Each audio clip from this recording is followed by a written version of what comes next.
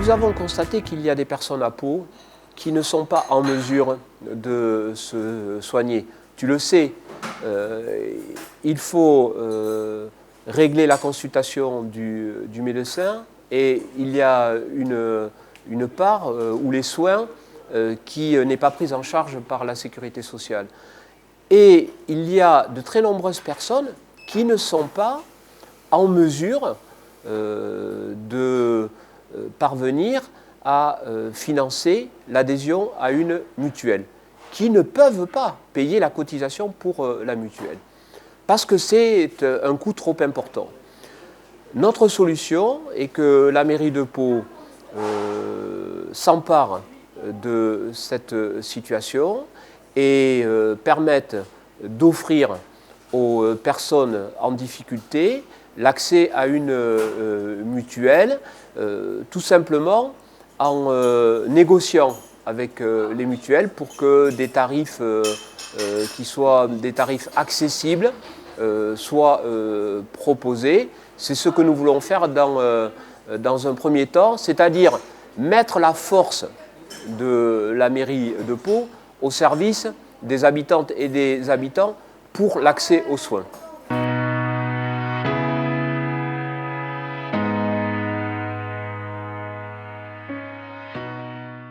J'ai rencontré le collectif interhospitalier de l'hôpital de Pau. Je vais te dire, j'ai été impressionné parce qu'ils m'ont décrit une situation de l'hôpital de Pau qui est une situation de rupture, une situation dramatique, une situation où l'accès aux soins n'est plus assuré. Donc une situation de profonde inégalité sur un sujet où l'égalité devrait être totale.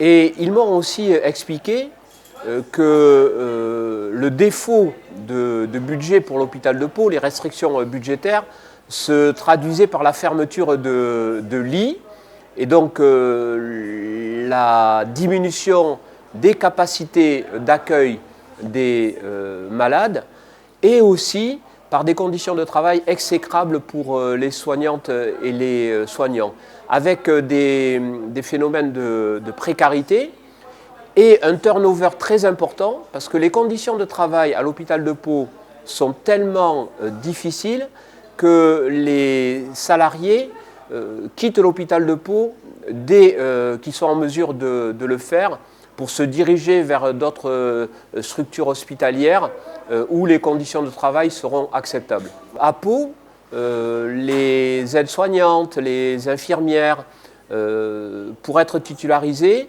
doivent patienter 7 années. C'est énorme, énorme, 7 années de précarité. Quand on se dévoue aux autres, ce n'est pas acceptable. À Tarbes, cette durée est limitée à 3 ans. Donc il y a une politique, mais volontaire, à Pau, de précarisation du personnel pour réduire les coûts et pour exercer une pression sur les soignantes et les soignants dans un but budgétaire. La santé est devenue une marchandise, comme une autre. Elle est entrée sur le terrain du marché. Et ce n'est pas acceptable, mais surtout c'est très dangereux et c'est une rupture d'égalité. Parce que où peuvent aller, vers qui peuvent se diriger les personnes les plus fragiles? Vers l'hôpital public.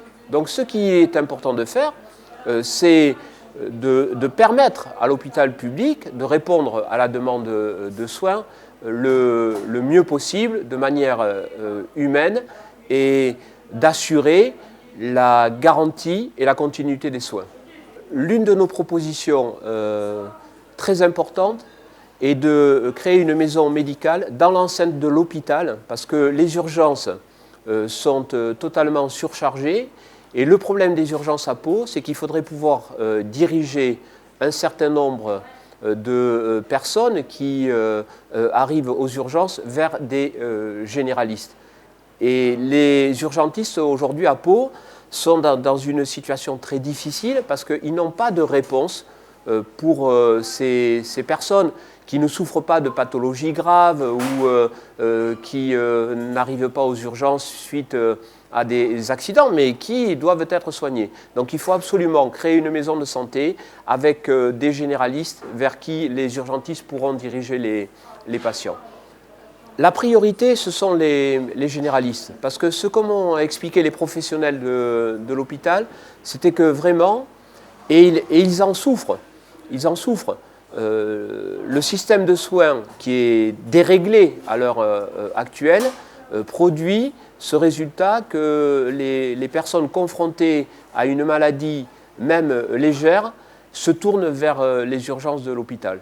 Donc la solution, ce n'est pas de les stigmatiser comme on le fait parfois, mais c'est de leur permettre de trouver la voie des soins avec prioritairement des généralistes. Le maire de Pau, comme tous les maires, est président du conseil d'administration de l'hôpital. Donc il doit prendre ses responsabilités, ce qui n'est pas le cas aujourd'hui, et faire de son hôpital une priorité. C'est ce que je ferai. Mais j'irai plus loin en créant un conseil municipal de santé dont le but sera d'associer les citoyens et les professionnels pour la réflexion et l'action sur les questions de santé. Il faut identifier les demandes de soins et organiser les réponses. D'où la présence des citoyens et la présence des professionnels. Et cette combinaison entre leurs expériences et leurs réflexions permettra ensuite à la municipalité d'améliorer la situation.